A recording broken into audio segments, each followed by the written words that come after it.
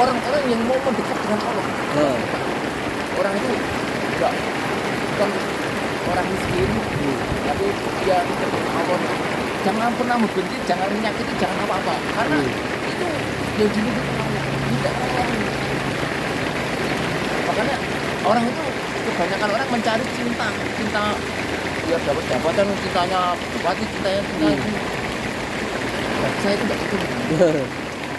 Saya yang nomor satu cari cintanya Allah. Biar Allah itu mencintai kita.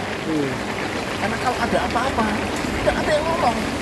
Kita nggak perlu macam-macam. Dan itu apa adanya ada. Orang itu aja. Memang pasalnya benar-benar asli.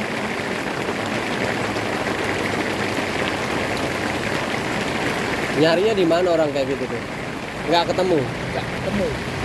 Ya cuma kalau ada sesuatu kok ya selamat loh itu orang Berarti bukan beruntung ya? Mesti kalau dirunut kenapa dia bisa selamat, mesti punya sesuatu yang membuat dia dicintai alam, dicintai Allah ya. Dan pertolongan Allah itu datangnya sudah sepakat orang iman. Allah nolong kalau orang kepepet, nek belum kepepet nggak ditolong. Pertolongan itu datangnya kalau udah orang itu tabrakan ya, harusnya mati ketika kita dulu.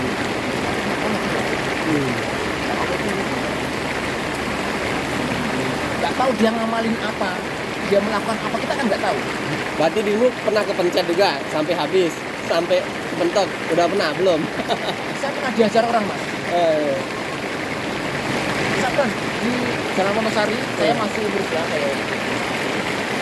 Saya tendang motor bak, saya itu terpental jauh. Saya nggak tahu refleks saya berdiri, langsung berdirinya begini. Yang nabrak itu anaknya apa itu? Ya itulah orang sana lah. Tentara itu orang dulu kan gitu dulu. Saya anak kecil kan, ngurus masalah ya sendiri. Saya nggak tahu. Saya bingung. Berarti itu masih belum nikah, masih dulu banget. Tapi sedikit ilmu sudah tahu bahwa pasrahan dan sudah mempelajari. Dua kali lah. Pernah sekali ditarik karena anak muda kampung sebelah. Nggak tahu dia tersinggung dengan saya. Akhirnya ngobrolnya ngajak baik-baik gitu loh. Kita juga silong gini. Mereka berdua kata adik. Tahu mereka itu berdiri, saya itu ditongkat dulu. Keluar, saya jatuh bilang belum berdiri. Kaki mereka berdua itu sini semua. Langsung saya bisa berpisah angkat kursi. Mereka nangis sendiri. Saya berdiri. Saya nggak apa. Saya itu nggak belajar ini berdiri apa. Saya nggak apa kok. Kalau melihat kan dia nih, itu belum nikah tuh. belum nikah itu. Padahal nek seneng gelut kan, loh saya gelut diajar 3 orang ini ya mentol-mentol loh mas. Dia nak ditolong Allah mentol-mentol ya. Nek logika manusianya kena tuh, mentol-mentol. Aduh, memang saya suka ini sih, jadi orang kampung itu tahu sekarang. Kan saya tuh belajar dari carinya cintanya Allah, berdekatlah pada Allah dan mencintai. Apa? Itu pun berdasar itu karena ibadah yang koreksi, sabar. Nah ada dari ini orang yang cerdas. Al kaisu man dana nafsahu wa alima lima ba'dal. Orang yang cerdas itu orang yang bisa mengoreksi diri. Dan dia mengamalkan sesuatu untuk kehidupan selagi. Untuk kehidupan yang lain. Saya hanya dunia itu perlu dicerna, dicerna, kita hayati, masuk ke sini, nanti jadi sebuah keyakinan kan? Mas Kiron tuh dulu nyantri pondok. Enggak. Jadi belajar agamanya? Saya banyak teman. Oh, belajar kehidupan ya? Jalanan itu sebenarnya kehidupan yang luar biasa sebetulnya. kalau kita ketemunya pas orang yang baik, kita nggak ketemu. Alhamdulillah dikasih ketemu orang Karena baik. saya juga pernah ketemu teman-teman yang dulu pernah dengar Info, Rifam, Nah, nah. Nexo, pil-pil kayak gitu. Itu kalau saya mau mas, gratis dulu itu.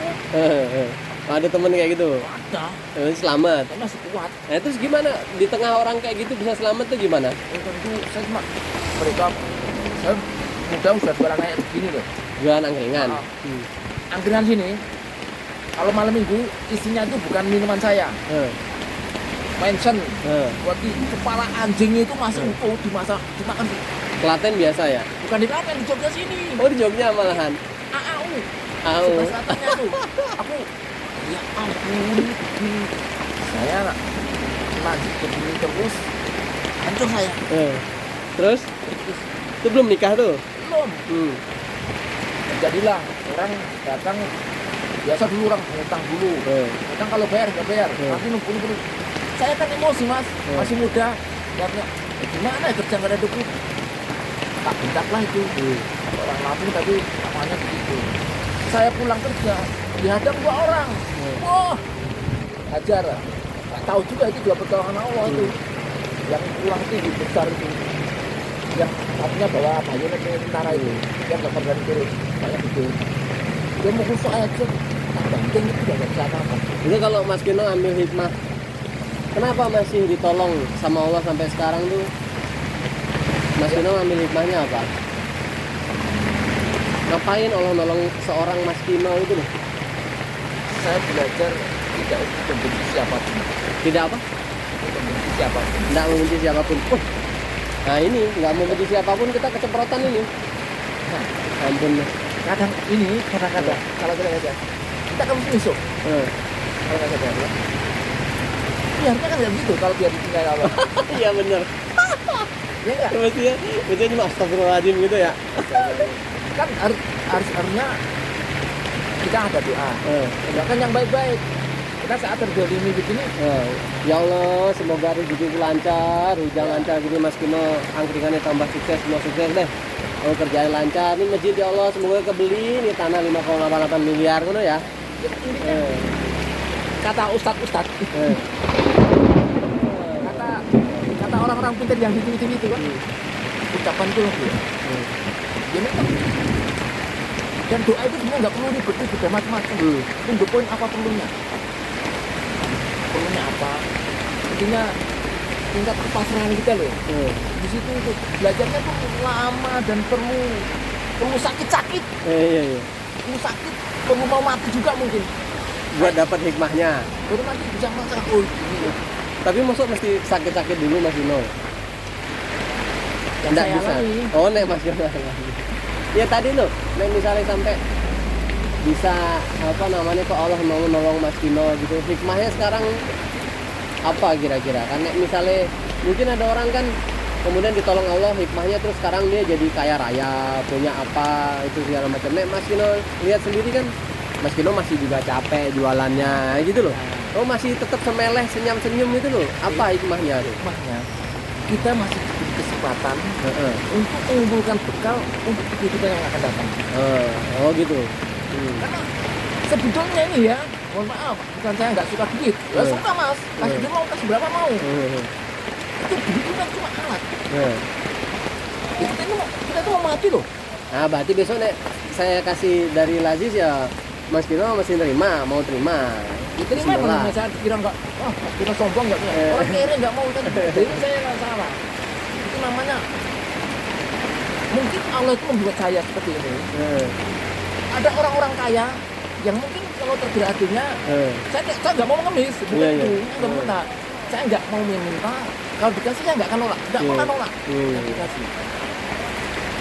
Ini jadi bahan bagi orang-orang yang punya duit untuk bisa masuk kan. Karena di ayat itu, tapi saya nggak lupa. Pakai tadi, pokoknya intinya bahasanya carilah surgamu itu dengan apa yang Allah berikan yang ada pada dirimu. Misalkan Mas Apun diberi banyak duit. Amin, amin. Surga ini jadikan duitmu itu menjadi surgamu. Amin, insya Allah. Mudah-mudahan banyak duit, jadikan duit untuk mencapai surga. untuk kamar cepat sendiri, D-nya untuk poya-poya. Jadi merekakan sendiri. Makanya dikasih duit itu bisa surgamu, bisa merekakan hidup ya. Ya. Dan sebetulnya di masa itu ya otak saya agak udah seneng jadi ayat kadang-kadang lupa. Tapi untuk kejelasannya enggak lupa saya. Oh ya, nek ayatnya Karena otak saya ini karena sudah pernah jatuh dan segala macam ini.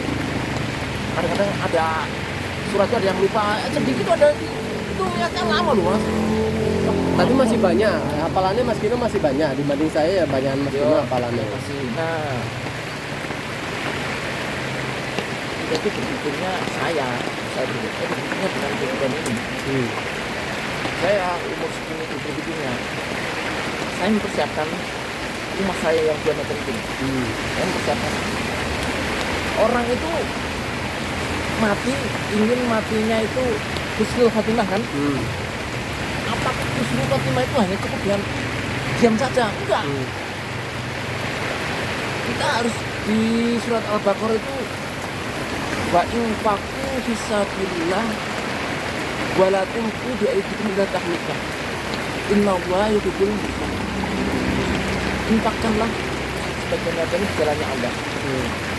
Dan jangan kamu menjerumuskan dirimu sendiri ke dalam kebinasaan.